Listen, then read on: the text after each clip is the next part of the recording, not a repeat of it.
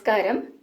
ഇന്ന് ഞാൻ വന്നിരിക്കുന്നത് ഇപ്പോൾ ലോകമെമ്പാടും വ്യാപിച്ചുകൊണ്ടിരിക്കുന്ന കൊറോണ വൈറസിനെ കുറിച്ച് കുറച്ച് കാര്യങ്ങൾ പറയാനാണ്. അതായത് സ്വിറ്റ്സർലാൻഡിൽ അതിനെക്കുറിച്ചുള്ള മുൻകരുതലുകൾ എങ്ങനെയൊക്കെയാണ് എടുക്കുന്നതിനെക്കുറിച്ചും ഇവിടെ നടക്കുന്ന പ്രവർത്തനങ്ങളെക്കുറിച്ചുമൊക്കെ ചെറിയൊരു ഇൻഫർമേഷൻ നൽകാനായിട്ടാണ്.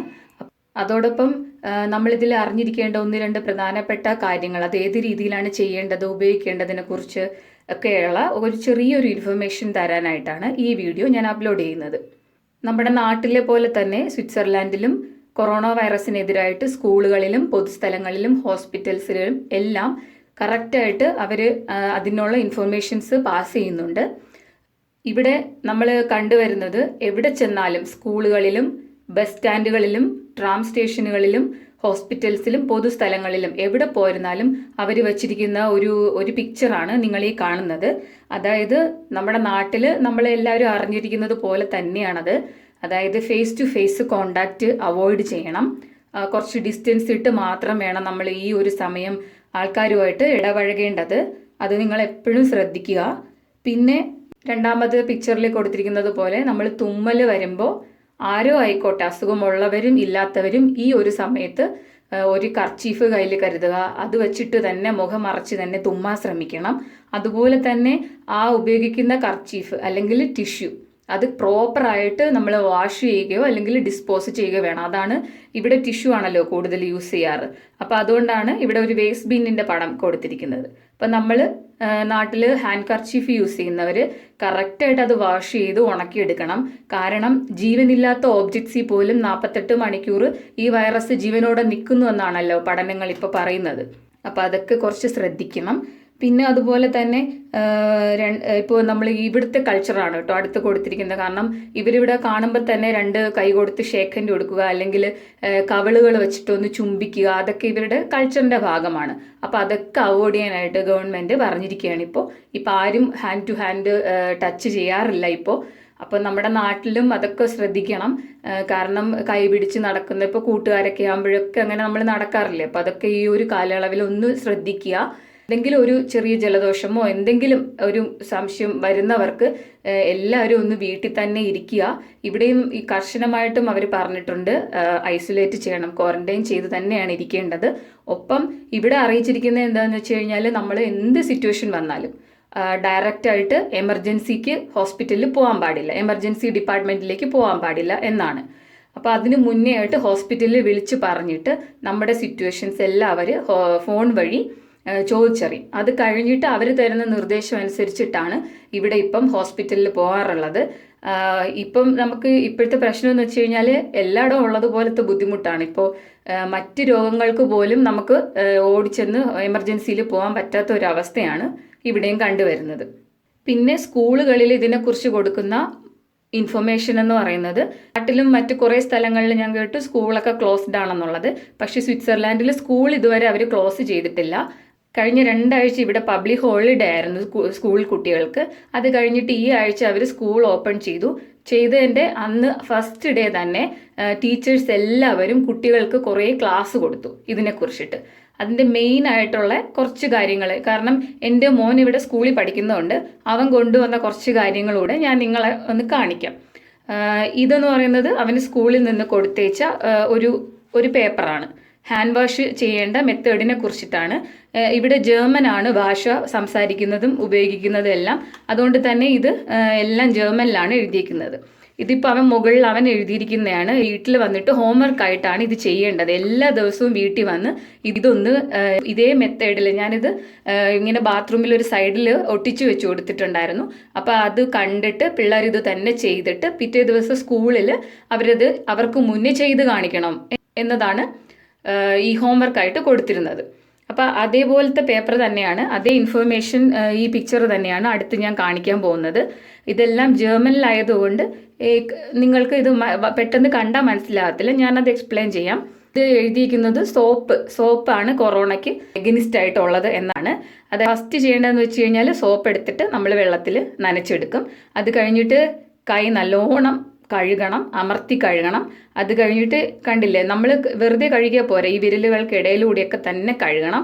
അത് കഴിഞ്ഞിട്ട് നഖത്തിൻ്റെ ഭാഗം ഒന്ന് ഉരച്ച് കഴുകണം. അത് കഴിഞ്ഞിട്ട് ഇതൊന്ന് ഉണക്കണം. കാരണം ഇതേ ഇൻഫർമേഷൻ ഇവിടെ നമ്മൾ ഈ ട്രാമിലും ബസ്സിലൊക്കെ കയറുമ്പോൾ TV ഉണ്ടാവും, ഒരു ഇൻഫർമേഷൻ, അതായത് ന്യൂസും ഒക്കെ വരുന്ന ഒരു TV പോലത്തെ ഒരു ചെറിയ സ്ക്രീൻ.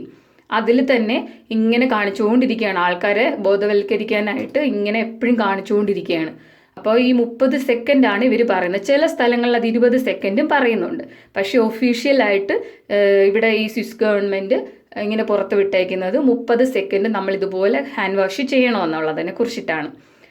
അപ്പോൾ നിങ്ങളെല്ലാവരും അറിഞ്ഞിരിക്കുന്നത് പോലെ ഈ ഒരു രോഗം നമുക്ക് തടയാനേ പറ്റത്തുള്ളൂ. വന്നു കഴിഞ്ഞാലുള്ള പ്രതിവിധി ഇതുവരെയും കണ്ടുപിടിച്ചിട്ടില്ലാത്തതുകൊണ്ട് ഈ ഒരു കുറച്ച് കാര്യങ്ങൾ കൂടെ, ഇവിടുത്തെ രീതി കൂടെ ഒന്ന് അറിഞ്ഞേക്കൂ. ഇത് തന്നെയാണ് ലോകം മുഴുവനും ഈ രീതി തന്നെയാണ് ഫോളോ ചെയ്യുന്നത്. പിന്നെ കൈ കഴുകി കഴിഞ്ഞാൽ നമുക്ക് പിന്നെ ഉപയോഗിക്കാൻ പറ്റുന്ന ഒരു കാര്യമാണ് ഇതുപോലത്തെ ഡിസിൻഫെക്ഷൻ സൊല്യൂഷൻ. ഇതിവിടെ ഇങ്ങനെ ഇതിപ്പോൾ ഇവിടുത്തെ ഫാർമസികളിലൊന്നും അവൈലബിൾ അല്ല, അത്രയ്ക്ക് തീർന്നിട്ടുണ്ട്.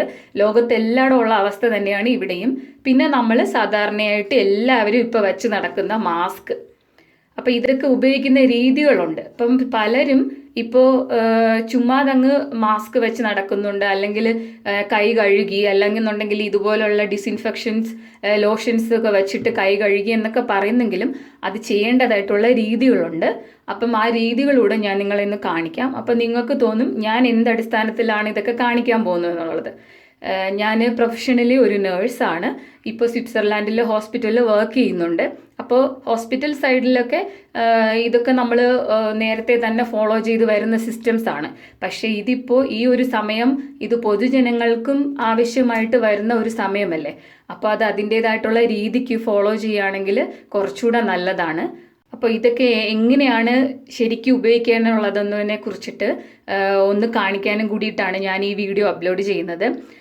ആദ്യം തന്നെ ഞാൻ ഡിസിൻഫെക്ഷൻ ലോഷൻ വെച്ചിട്ട് ഇതെങ്ങനെയാണ് നമ്മുടെ കൈ ഒന്ന് വൃത്തിയാക്കുന്നതെന്നുള്ള കുറിച്ച് കാണിക്കാം.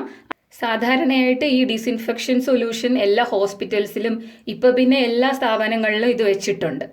അപ്പം ഇതെങ്ങനെയാണ് യൂസ് ചെയ്യാനുള്ളതെന്നെ കുറിച്ചിട്ട് ഒന്ന് കാണിക്കാം.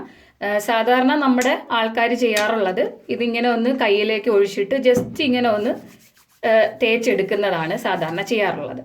പക്ഷേ ആക്ച്വലി ഇത് നമ്മുടെ ഹോസ്പിറ്റലിൽ ഇവിടെ സ്വിസ്സിൽ പറയുന്നത് ഇത് മുഴുവനും ഈ കൈ മുട്ടിൻ്റെ ഭാഗം വരെ നമ്മൾ ചെയ്ത് ഇങ്ങനെ ഡിസിൻഫെക്ഷൻ ചെയ്യണം എന്നതിനെ കുറിച്ചിട്ടാണ്. അപ്പോൾ നിങ്ങളിത് ചെയ്യുമ്പോൾ എവിടെന്നെങ്കിലും ഈ സൊല്യൂഷൻ കിട്ടിയിട്ട് ചെയ്യുന്ന സമയത്ത് കൈ മുട്ട് വരെ ചെയ്യുക. ഒപ്പം ഇതേ കണ്ടില്ല, ഇങ്ങനെ കൈയുടെ ഇടയിൽ മോതിരം ഉള്ളവർ ശരിക്കും നമ്മളൊരു ശ്രദ്ധ കൊടുക്കണം. കാരണം ഒത്തിരി അണുക്കൾ ഈ മോതിരത്തിനുള്ളിൽ പറ്റിപ്പിടിച്ചിരിക്കും. പിന്നെ ഇത് ആൽക്കഹോൾ ഉള്ളതാണല്ലോ, ഇത് പെട്ടെന്ന് തന്നെ ആവിയായിട്ട് പോകുന്നതാണ്.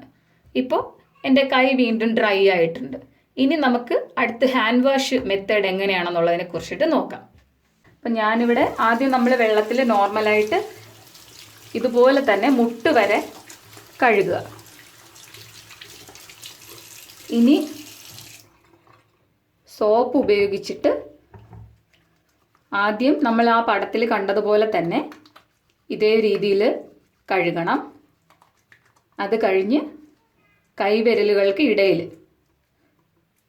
കഴുകുക. പിന്നെ നമ്മൾ ആരും ശ്രദ്ധിക്കാത്ത കാര്യമാണ് നമ്മുടെ നഖങ്ങളുടെ അറ്റം.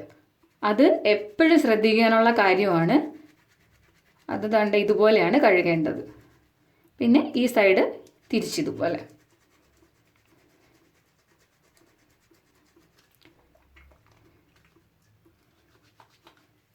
പിന്നെ നമ്മൾ കൈയുടെ മേളിലേക്ക് സോപ്പ് ഉപയോഗിച്ച് കഴുകണം.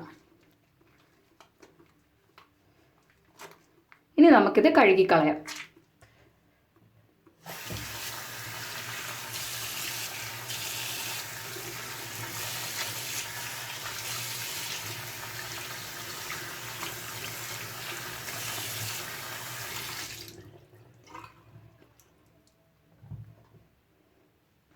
ഇനി നമ്മൾ ടവൽ ഉപയോഗിച്ചിട്ട് നല്ലോണം ഉണക്കണം. ചിലർ ഇങ്ങനെ തന്നെ നടക്കുന്നവരുണ്ട് നനച്ച് കഴിഞ്ഞിട്ട്. പക്ഷെ അതല്ല അതിൻ്റെ ക്ലീനിങ് മെത്തേഡ് എന്ന് പറയുന്നത്. നമ്മൾ സോപ്പെല്ലാം ഉപയോഗിച്ച് കഴിഞ്ഞതിന് ശേഷം കൈ നല്ലപോലെ ഡ്രൈ ചെയ്തിട്ട് വേണം ഫ്രീ ആക്കേണ്ടത്.